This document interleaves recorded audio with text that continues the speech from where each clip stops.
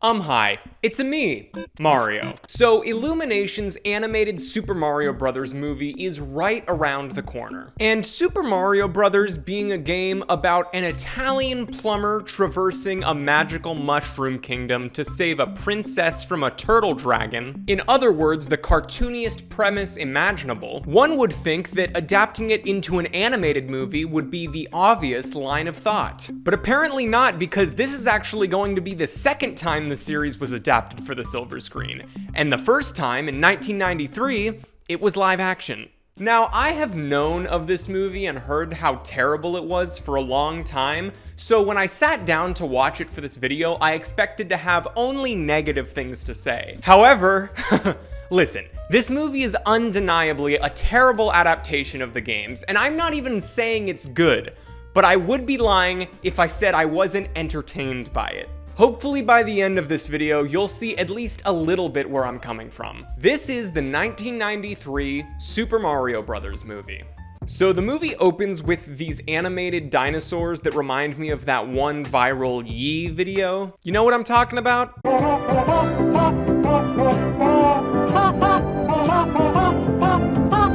Yee. But then it's explained through voiceover that the impact of the meteor that killed the dinosaurs created a parallel dimension where the dinosaurs continued to thrive and evolve into intelligent, vicious, aggressive beings just like us. Now, you may assume that I'm summarizing what was a much longer narration in the actual movie, but nope, that's the extent of what we're told. What if the impact of that meteorite created a parallel dimension where the dinosaurs continue to thrive and evolve into intelligent, vicious, aggressive beings? Just like us. Also, you may be asking why dinosaurs seem to be such a central aspect of this Super Mario Bros. Movie. You know, a game series where there's only one prominent dinosaur character. Maybe they knew they'd be in theaters around the same time as Jurassic Park and were hoping some people might get confused by the dinosaur similarity and see this on accident. If that was their plan, it didn't work. We then transitioned to Brooklyn, New York in the year 1973. Hey, the Mets, I think they're gonna go all the way this year.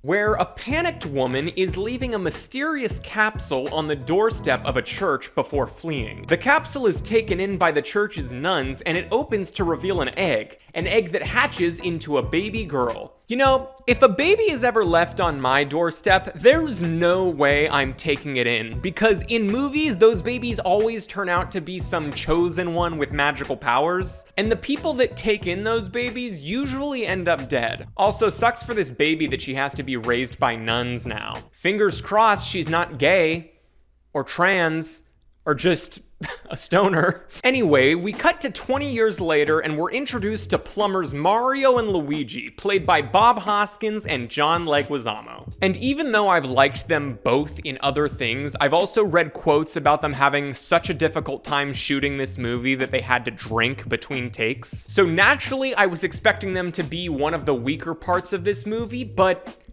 they actually have some chemistry, like in this scene where Mario's encouraging Luigi to talk to a girl. She's nice, go talk to her. Go on. No, I can't. Come on, go talk to her. What's the matter with you? I don't know, man. I just found myself kind of charmed by their performances, which is especially impressive considering they were probably drunk. Also, the girl Luigi has a crush on is the baby from the prologue, Daisy. Weird that they decided to go with Daisy over Princess Peach for this movie.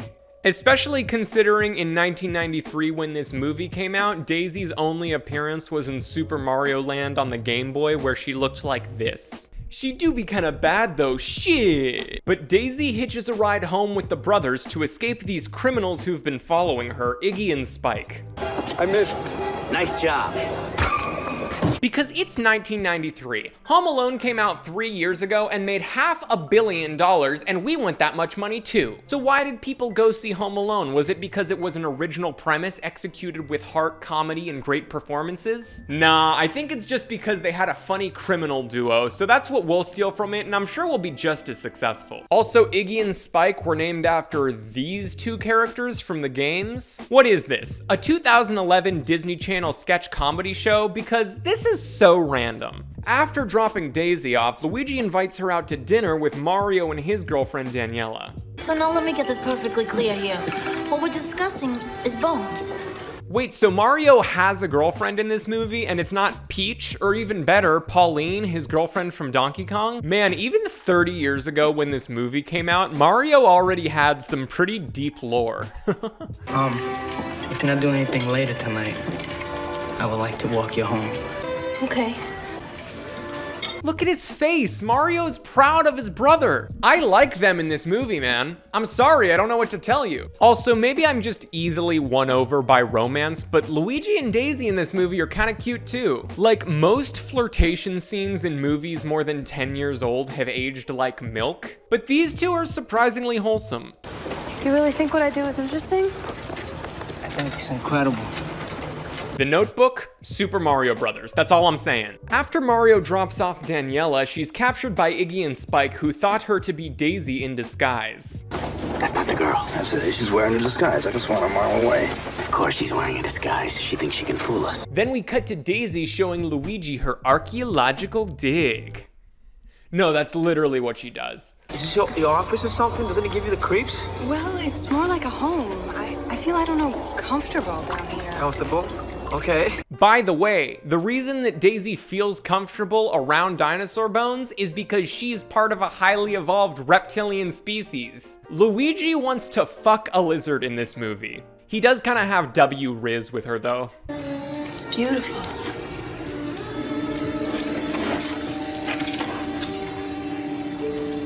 You're beautiful.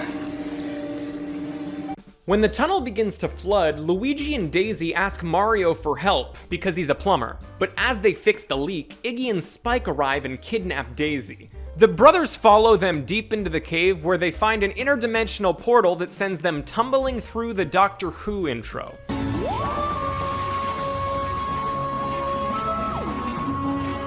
I still can't believe David Tennant's coming back. Sorry, back to Mario. On the other side of the portal, the brothers lose Daisy in the city of Dinohattan. And here I want to mention another thing I like about this movie is that it's very visually interesting. Now, I'm very tired of the criticism from boomer film critics that says, "Modern films overuse CGI. If a movie uses more CGI than what I personally deem appropriate, I'm going to leave a negative review." And no, this has nothing to do with the fact that before CGI was so prominent in film, I was young and happy, and now that it is, I'm old and depressed. Did I mention that I write for a major fucking publication? That criticism especially bothers me, considering that nowadays, aside from a few examples, most CGI is so detailed you can barely tell that it's not real. Like, the only reason I know that the Na'vi and Avatar Way of Water were CGI is because I know they don't actually exist. Otherwise, I just assume that James Cameron hired actual 10-foot tall blue alien people to be in his movie, because those fuckers look real. All that being said, it's still fun to go back to older sci-fi and fantasy movies like this one, where they had no choice but to bring their worlds to life through practical sets and effects. Anyway, we meet Koopa, the tyrannical mayor of Dinohattan, who I guess is this movie's version of Bowser. Iggy and Spike arrive and inform him they found the princess, but he asks for what he's really after, the rock she was left with as a baby. Good. Now, where's the rock? Which is apparently a piece of the meteorite that split the dinosaurs and mammals into two separate dimensions, which Koopa wants to merge so he can take them both over. God, this is so needlessly complicated for an adaptation of this. They tell him the rock is with the plumbers.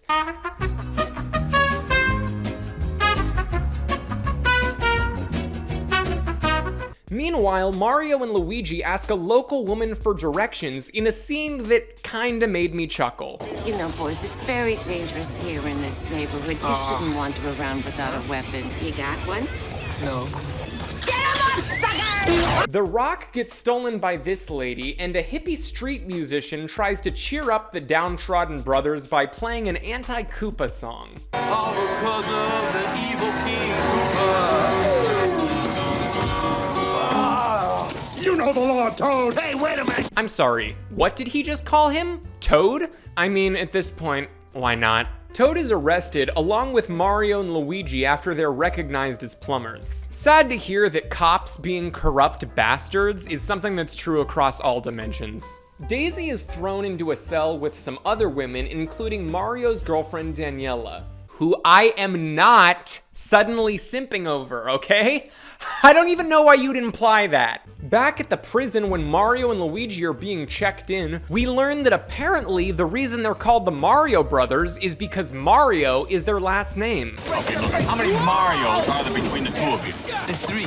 There's Mario and Luigi Mario. That is so stupid, and I love it. Then, after Toad drops some super inconspicuous exposition in the prison cell, You know all that fungus out there? That's our old king. It's true. And he's been de-evolved. That's right, he's been de-evolved into fungus.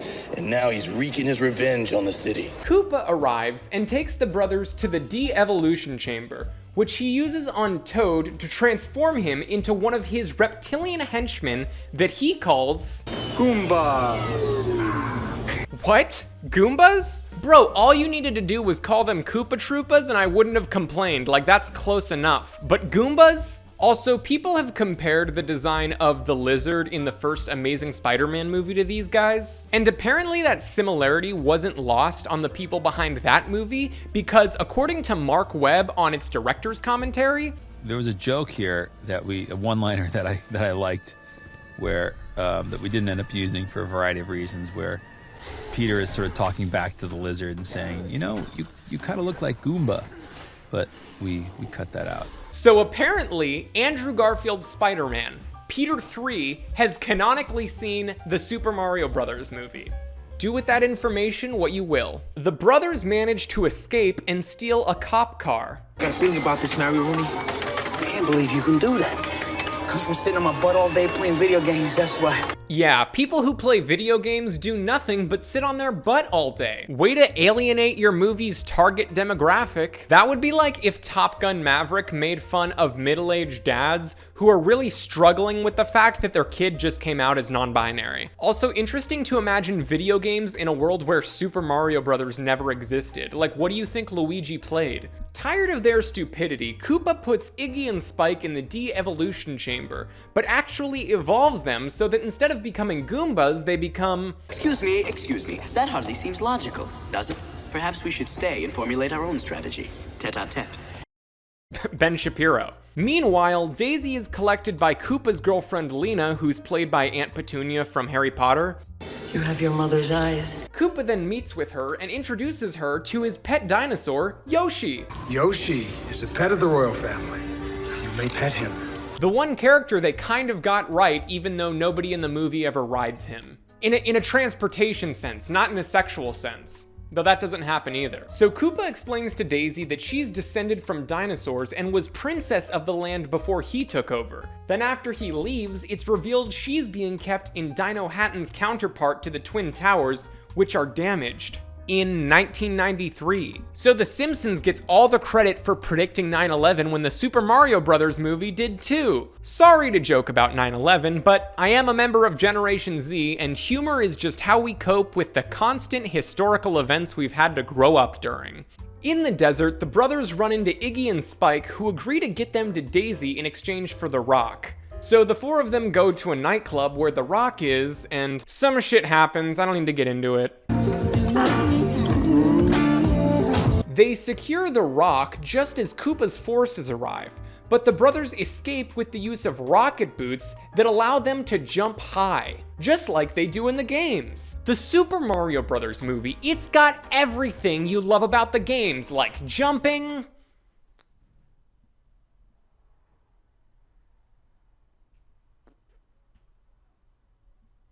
hitching a ride on a garbage truck, they finally arrive at the tower holding Daisy. Once inside, Mario and Luigi don their iconic red and green outfits, and I'm not really sure why. They kind of just find them in a locker and put them on. I don't think they're supposed to help them blend in because they continue to sneak around. Like, imagine watching this movie knowing nothing about the games and the characters just randomly change outfits for no apparent reason.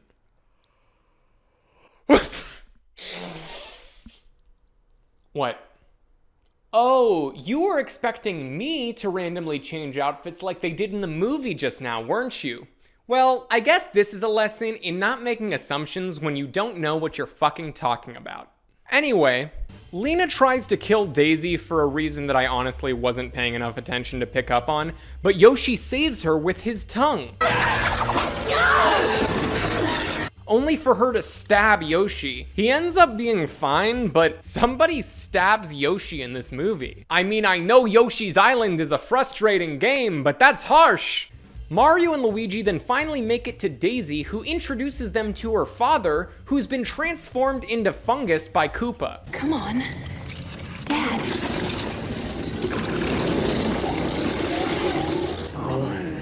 Oh, it's an honor to meet you, sir, and a pleasure. Not gonna lie, at this part, I started to think this movie was kind of weird. But luckily for me, they followed it up with a totally normal scene where Mario helps Daniela and the other kidnapped girls escape by sliding down a tunnel on a mattress away from some Goombas while surf music plays.